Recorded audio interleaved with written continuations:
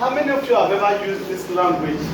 If I knew what I know now, would it have made that mistake or would it have done that? How many of you have ever used that? Can I see your hands? How many of you are not even learning? See now, can you and the man of pastor what you are doing? Let's do this section. If you are still doing practical, we should be done with that. I just asked a question. What was the question? Yeah? The question was not Please, can you hear me tell me? Ask the question.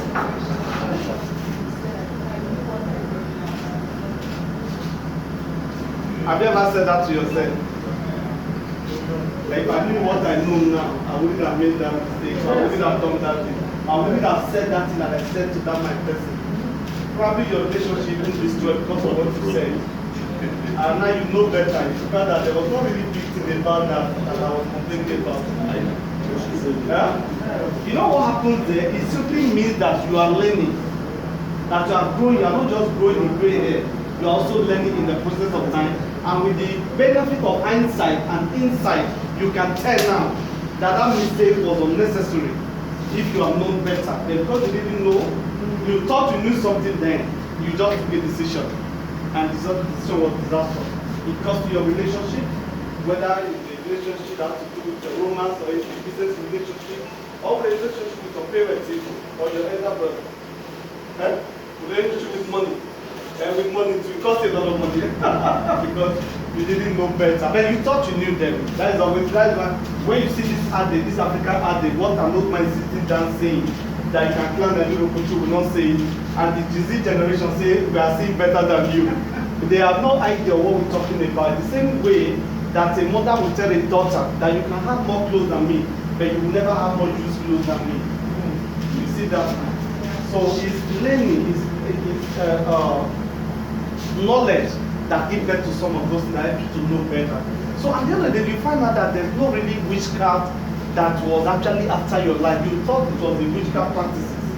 What you needed at that time was just a higher knowledge. Are we together? Once upon a time, there were rivers that you couldn't even put your leg in this same country. And the white people came and put up a bridge. Now we've been climbing that bridge, traveling on those bridges without doing prayers, and we just passed.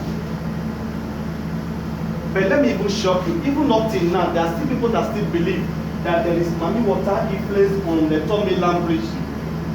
Oh, you are not aware? I saw something this year of a repair about going up on the Tommy Land Bridge, and people came in there to pick Zebra before they started the project, 2024. I saw the video, it's not a joke. And I saw some Chinese people that were there with a black people. I know there are those black people that influenced that told the Chinese man, don't touch anything here until we shed blood on that place. So you see, the belief system is still there. Meanwhile, the genocidal that built it, they are still in this country, and they are still the biggest contractors today. Are we together? So many belief systems that were not actually what was, and we say they are no devils. They have always been devils before you were even created. So what is big thing about that? Did this stop God for creating you? Are you getting me? The presence of Satan shouldn't stop you from making progress. You are the one that capitalized on that and made that an excuse, and that's why you're where you are. Most of the time, the challenge with the human being is inability to accept his mistake. He doesn't want to be blamed, and he will never accept that. He will prefer to shift the blame to a higher power that was responsible for his own mistake, and is comfortable like that. Are we together? I have never sat down to complain about any government since I got on the gateway. I started learning some of these things. Have all the government, have you ever seen any better government in Nigeria? We have never seen anyone. Anyone that is always worse than the one that we go. So we have lived through all of them. The one you call good, the one you call bad or ugly, we've lived through all of them. Now if you sat back and just believe, okay, because this government is bad, that is why I cannot make progress, then you stay in there. You'll be so shocked there will be 10 years.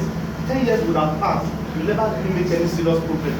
And the other people that were in the same position, they made a lot of progress. God forbid. Alright? So please embrace knowledge in whatever you want to do. And challenge status quo.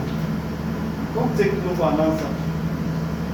So number one tool that you need to actually have as an entrepreneur is your ability to sell. I've said so many times, this word sell is the most dreaded word in business. We have seen people who have read marketing in the university refuse marketing job. Yet all the study in the university was marketing. The marketing they understand is one that you must give them the car, an official car that will be driving them around. That's what they call marketing. Or they just want to sit inside the office, let me see, load them, then they count 30 days, then you pay them salary. Who cannot do that? We all can do that. So embrace the word sell is very small word, but I found it the most dreaded word. That's why even in our network marketing business, we have more investors than networkers.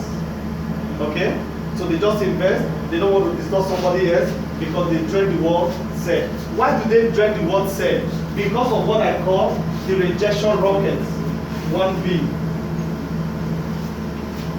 The rejection rockets. They don't want to be told no. Not any other thing. The rejection rockets. And I asked one woman at Ibadan one time when I went there for a seminar, Madam, was it the first time your husband talked to you about marriage that you accepted? She said no. Unconsciously, she just flipped her elbow. No! He kept coming to me. If the husband had given up, they wouldn't have been married. It's the same thing with business. It's the same thing with your product. You take your product, somebody say, no, I'm not interested. I won't even give you time to talk to me. So the rejection rocket is the reason why people dread the word sell. So we want to be a great entrepreneur, then you need to master the word, the ability to sell. There is no business, there's no company that plays down on the marketing department. You play that at that place, you miss out. Now, all the strikers that you know around the world, the best of the best, whether it's Messi, whether it's Ronaldo, whether it's Lewandowski and all of that, they score about over 200 goals every season. Is that not? But you know, attempt on that goal is more than 1,000. The best striker that you are hailing, that when they carry ball, you are full of hope that is going to hit the net. But to your disappointment, most of the time they play over the bar. Then when the calculation is done, you find out they've done over 1,000 shoots on that same net. But over 200 enter in the course of that season. And that makes them what? The number one. So what is your problem? You shoot only 2. You miss the 2. Then you are crying. Say, devil is after me. You see your problem now? The best striker shoot so many times and get just little. That little differentiating is what we call extra, that makes it called extraordinary. Nothing less in life. I had a nephew who had paid some money, I think 2 years ago, to start a business. He failed in the business. He was looking for 150,000. I gave him 300,000. He failed in the business. Guess what? They're after me. That is the name. What is the excuse? I go to meet a customer, and we have discussed, and the customer has given me all his word that he's going to give me the job, and I've given my quotation. He said, okay, we'll talk again. The customer never came back, only to find another person doing it. Because of that, he's looking for a prophet. Something is wrong with him. He needs soap to paint. So this same thing I'm sharing with you now, I use it to challenge you. In business or in marketing, it's called 1:10 or 10:1. You talk to 10 persons, one person say yes, that is it, you have started making progress. It's the same game of football. You shoot 10 times, one enter, that is the goal you'll be looking for. It gives you 3 points at the end of the day. And that's when it works. How can you talk to 2 people and say, oh, they are not interested in my products, they are not interested in my business, then I've given up, you just failed. They are looking for village people, they don't even know you, they don't know whether you exist. Some of them are already living better than you in the village while you are in Lagos. So why should you be their concern? You are the one that is calling for them because of your laziness and refusal to learn, nothing less. So the word said, don't dread it like others do, embrace it, develop the ability to sell, and it will help you to go a long way. This thing affects every part. I have seen somebody came back from America, came for a church program, Shiloh, let me be very specific.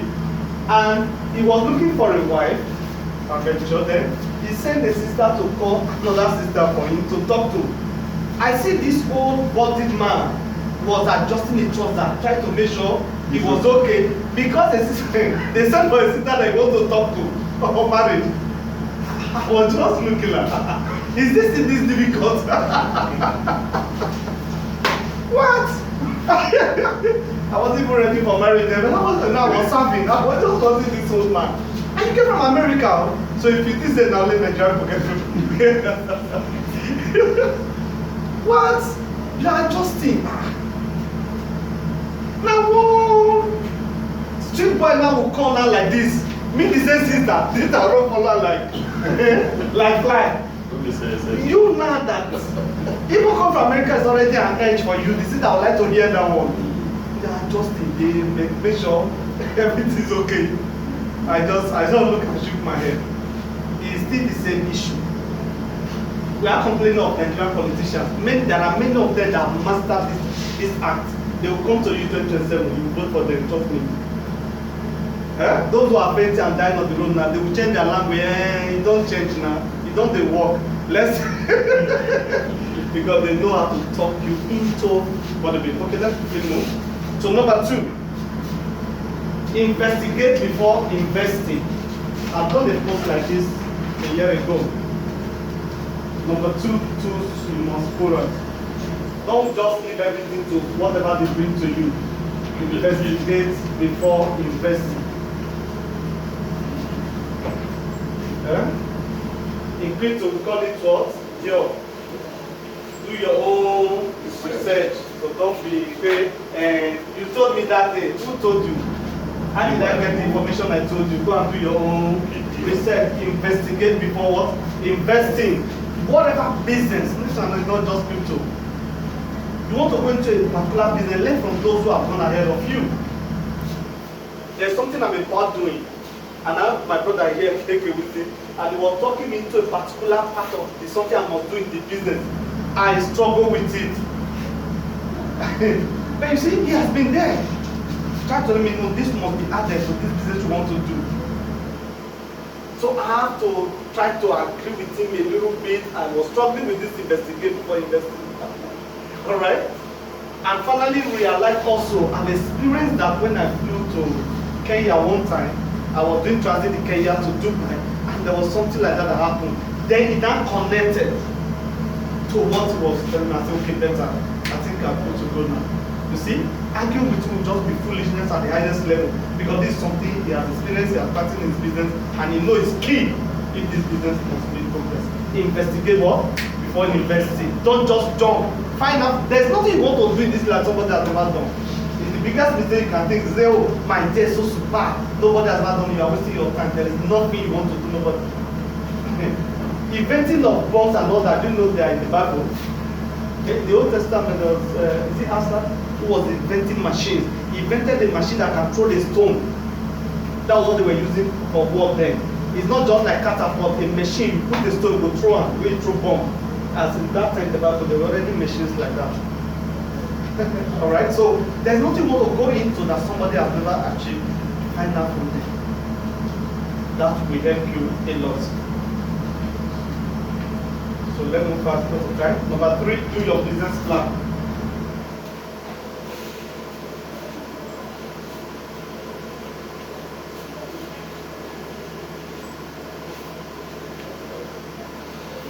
A lot of us, especially the African community, we play down on business plan so much because we think we know what we want to do on our head.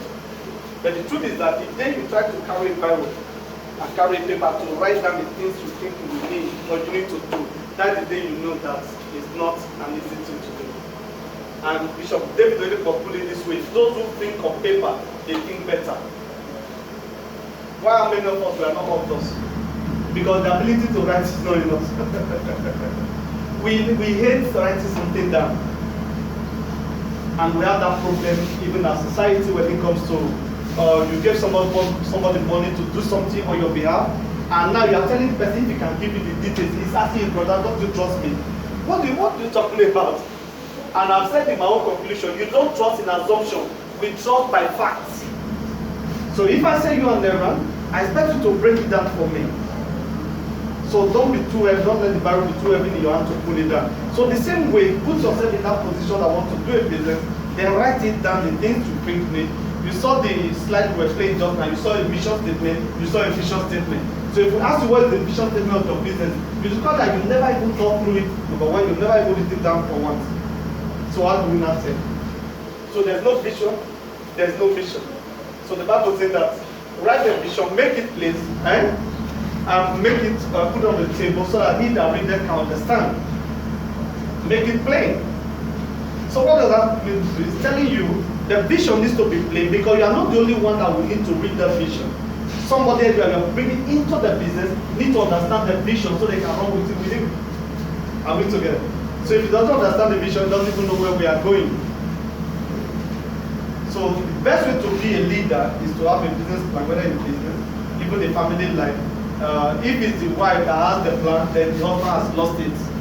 You know there are families like that. The man never told the woman anything, so it's the woman that is doing the directives.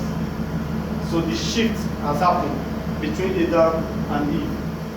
So make it plain so that everyone that is coming has something to read. Number 4, system and structure. You must put this in place if you want to succeed, because business is not just about you, and you are not the most brilliant person that will be in your staff. There could be other people that will be better than you, and you need to have this system and structure in place. Please, especially the African ones, because many of us, when we are doing business, we like to bring in people that we know, or we bring our brothers and sisters, and when they are bringing things, we don't talk because we don't want to offend somebody. Please, do not hire who you cannot fire. Write it down. Do not hire someone that you cannot fire. So if it's too close to you that you cannot look into the person's face and fire the person, do not even hire that person in the first place, because that will be your downfall in that business. Number 2 things I want you to note in that way. Have you written the first one that do not hire the person you cannot fire? Now write the other one down. Put up policy over politics. Let there be company policy, and it must supersede the politics that are possibly in that company. So put up a policy over politics. So that means even you, the CEO or the MD, must come under that what? Under that policy. So let the policy rule the company, including you, coming under subjection of that policy. So put up a policy above what? Politics. So are we done with that now? You see why you must not miss our MBA? You can see we do that. Number 5. Your day-to-day planning. Your day-to-day planning. Look at this. Amen. Young couple, you're welcome. Your day-to-day planning.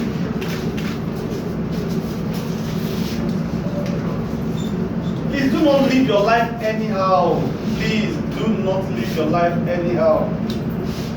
Your day-to-day planning, please let it be in place at every point in time. You can never get my attention just by calling me and telling me, are you around? I want to come and see you. How? It's not going to work. You want to see me, we can plan that meeting even a week. Because I have things I do with my time.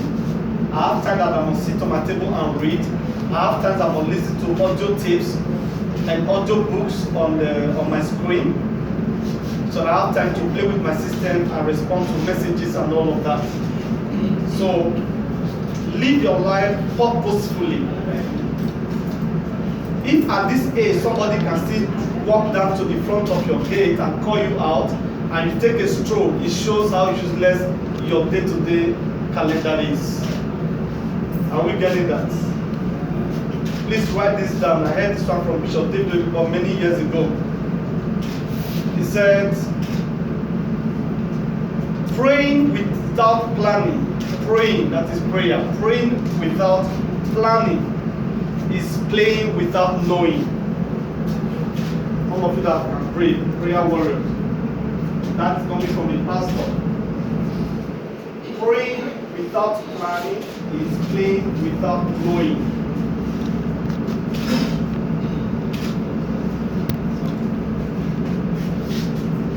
So let's put that down.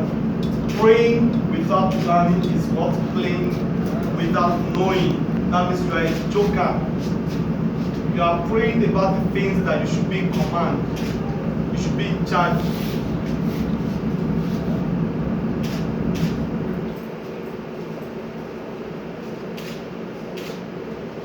Okay, let's do the last one. This last one, the experience surrounding it really pained me, but I love something about the young man.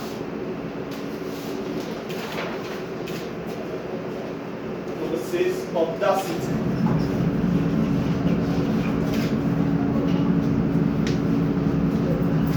You want to do well in business.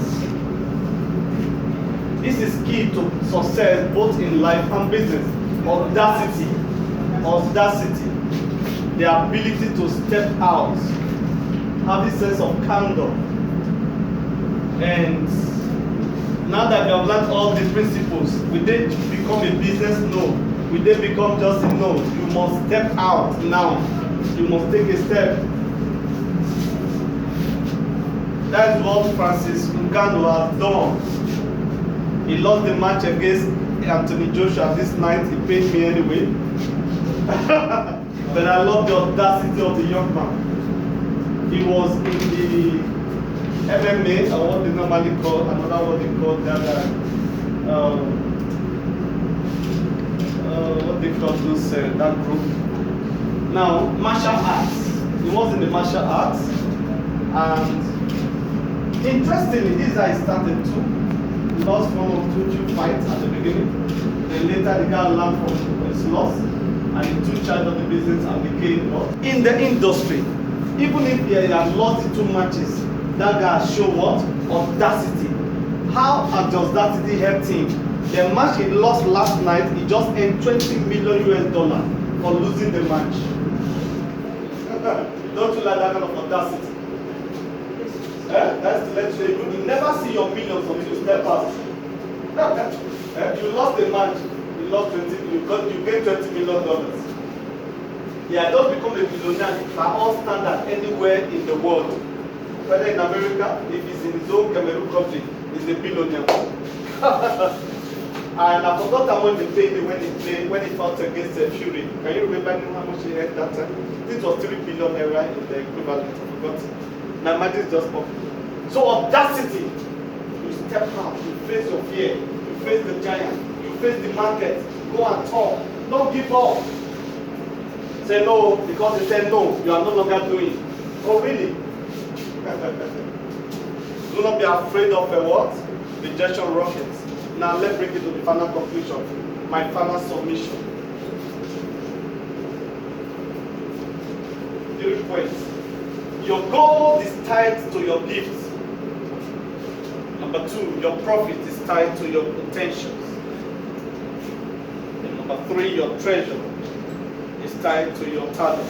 Right, like those who are in school. Number 1, your gold is tied to your gifts. Number 2, your profit is tied to your potentials. Number 3, your treasure is tied to your talent. So you must explore it. If you have written them down, let's read it together. Are you done writing them? Number 1, your gold, final submission of this MBA today. Your gold, not gold. Gold and silver. Your gold is tied to your gifts. Your profit is tied to your potentials. Number 3, your treasure is tied to your talents. If you have written that down, let's read it together. I want to be sure you have done justice to that. Are we good to go? Okay, 1, 2, go. Let's read together. Number 1. Your logo is tied to your keys. Your profit is tied to your And your treasure is tied to your talent.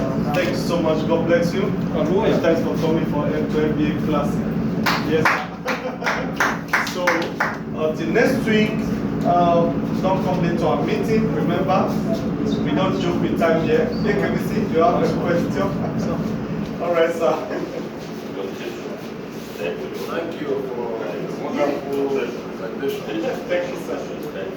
So you must give us the opportunity to ask questions.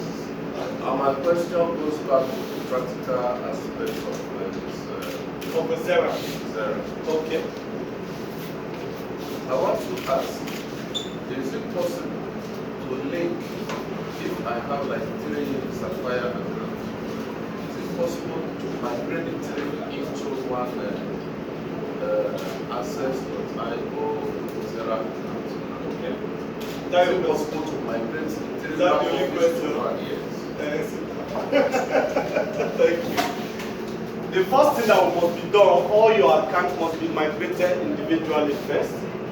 So that the best info I have so far on linking accounts, because companies are aware there are people with family accounts, is to write the support and tell them other accounts that you have with the username and the email, that then they should link it with your main account. But I'm also thinking in the future we have a way of linking, synchronizing them easily. But if you are in a hurry, please write the support from your main account that these are the other accounts you have, that they should link them together. Then all you need to submit is your username and the correct email of those other accounts, at least for now.